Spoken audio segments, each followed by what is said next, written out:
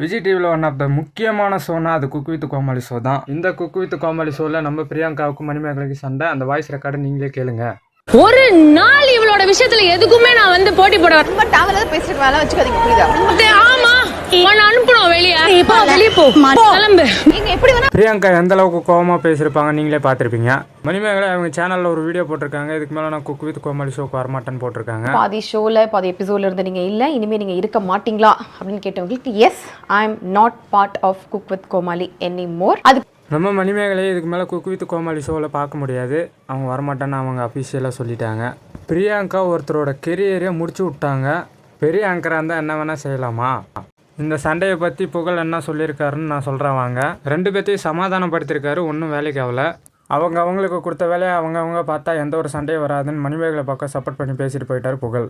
பொம்பளைங்க சண்டையில் நாம் எதுக்குன்னு ஓரமாக போயிட்டார் புகழ்.